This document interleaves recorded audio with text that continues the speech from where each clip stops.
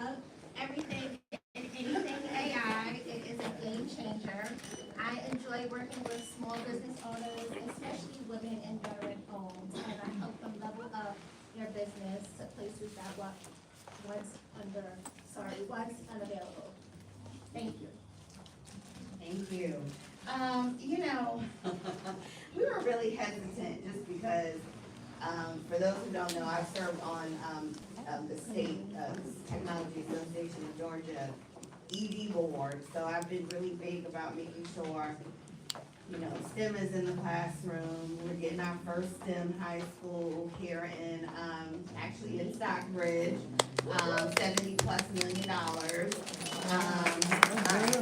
And so those who are familiar, everybody's like, well, what's the fintech? What does that even mean? Because typically, those events do not happen south. They happen in the city, they happen in Alpharetta, they don't happen on the south side.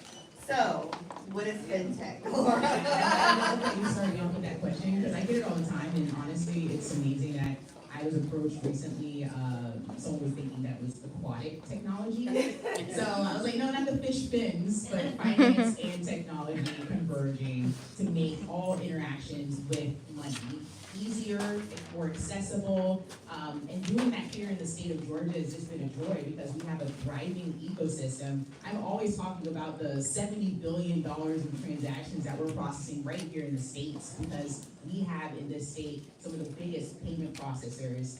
We also have over 260 fintech companies. And I'm also counting the Truist and the Bank of America and some of the folks that have been on earlier panels, but this community that is in this ecosystem of money management is enabling businesses, small and large, to be able to offer their customers different types of payment opportunities. And so the accessibility across the state of Georgia is another thing. The fact that I serve 26 public-facing institutions across the entire state of Georgia means that we have students all the way out in Albany and some other areas who are connecting with community banks there through our organization, or connecting back centrally in Atlanta with some of the big, companies that Ariel mentioned as well. So the opportunity is vast here in the state of Georgia. And so that leads to the other part.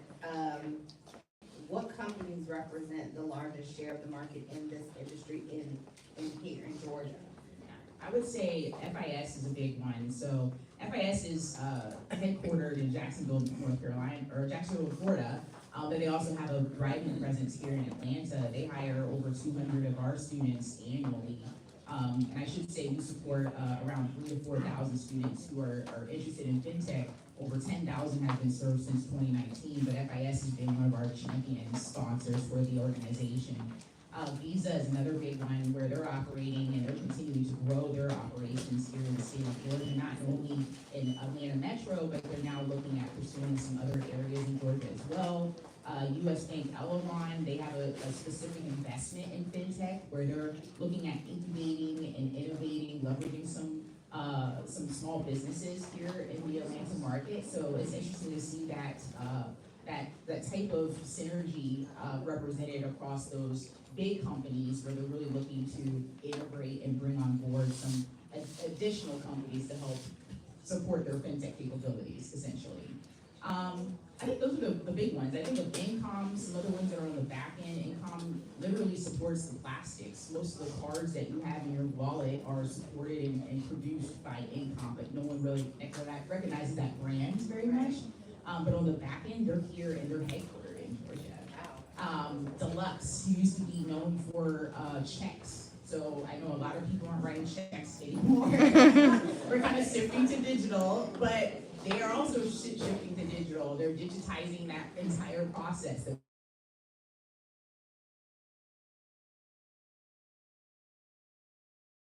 Behind the scenes, but integrated in a lot of these banks that are offering those capabilities as well. So that's just my high-level kind of overview, but there are tons of thriving businesses that are producing billions of dollars here in the state of Georgia.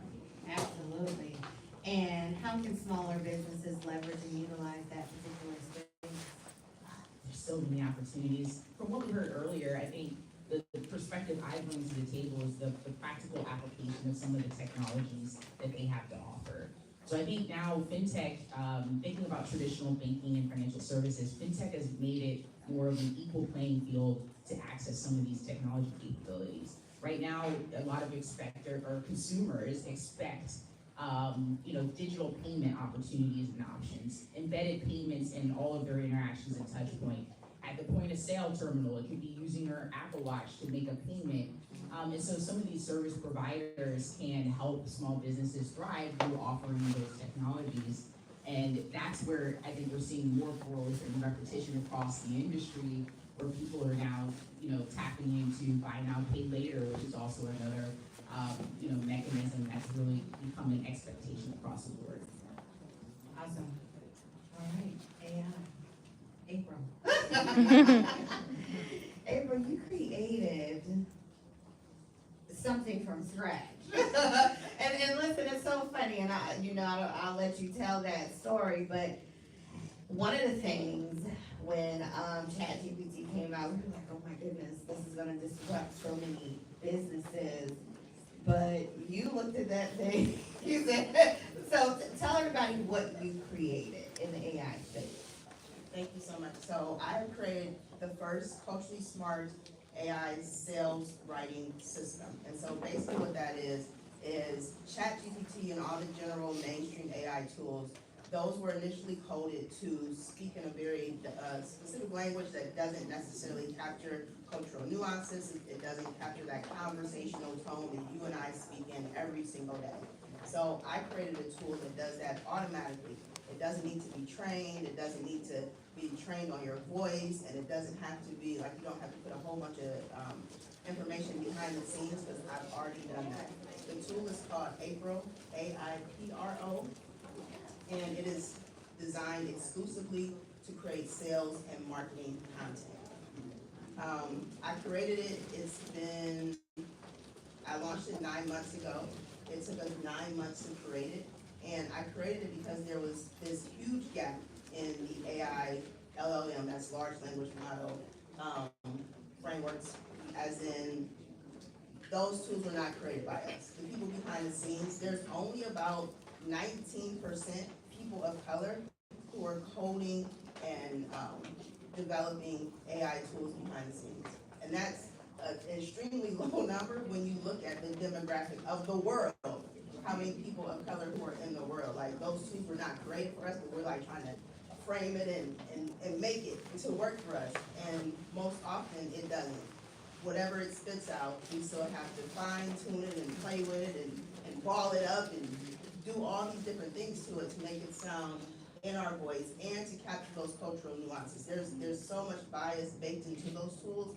And then in addition to that, my tool also has privacy in the background, so you don't have to worry about when you use my tool, if it's going to be, if my tool is going to use your data to train it to do better things. Oh, that's good. So that's why I created. And I'm also using inside my agency, which means that we have been able to deliver content 50% faster as well. Congratulations. You're the first woman of color to have created that. Wow. Correct? Yes. That is amazing. So Tiffany, you definitely, guys, if we can just quiet down just a little back there. You want to make sure all small businesses are leveraging AI. Tell us why and how. Thank you. First, I want to say I've used April's tool. It is amazing. Yay. I've been following her for a long time, so definitely check it out.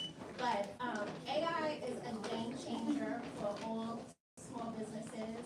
Most of us are solopreneurs, and we wear many hats. So AI is going to save us time. It's going to help us level up our business. So it is very important for me to get entrepreneurs to start utilizing the services, to try out the different platforms. It's just a couple of things that I want to remind you of when adopting AI into your business. The first one is start using AI software in a practical way. You want to think about solving your specific pain points. So find software and tools that will solve your pain points for you. Number two, always remember that there are affordable and sometimes free versions of these softwares available. You don't have to go all out, get the biggest subscription, spend the most money. Start small. And just to speak to what April said, you definitely want to go into these different tools you're using and turn off the privacy settings. If you go into the software and you don't understand their disclosures, upload it into ChatGPT. Say, explain this in plain speak for me so that I can understand, because you want to know what you're putting your information into. Even in ChatGPT, you can turn off the training model, and I do that as well. I advise everyone, you don't want to train ChatGPT with your information. So that's the second one. Use the free and affordable versions of these softwares if you can, and keep up with the privacy. Number three, you always want to use AI in an ethical way. So you want to make sure you're utilizing it in a way that aligns with your brand's mission, vision, and values. Okay, but use it. How many people in here are using some AI tool or Every day. Great. And I do see some hands that did not go up. Some people I still hear, oh, I'm scared, it's gonna replace me, and I always tell people, it's not gonna replace you if you use it. It's gonna replace you if you don't use it. So it is very important to put it in there, to add it to your business. So, I remember you saying doing a custom GPT. So if you can just talk a little bit about what a custom GPT is and why you recommend that we need one. Yes, so a lot of businesses have already integrated custom GPTs into their business.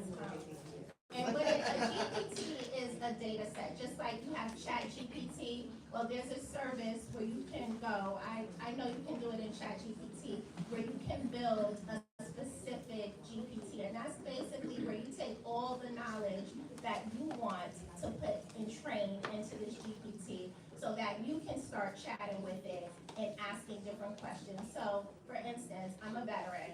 I'm working on a GPT that will help women transitioning from the military. So I'm putting all of my information into it. I'm doing a little research, programming that information into it as well, and I can then share my GPT with others, and they can start chatting with it and get this specific knowledge set. And you can do that for any type of business. As I said, larger companies, smaller companies have already integrated this technology into their business, but it's definitely a game changer, and it's what you're programming into it. Because remember, all AI models are programmed with data, and that's where, unfortunately, some of the biases come in.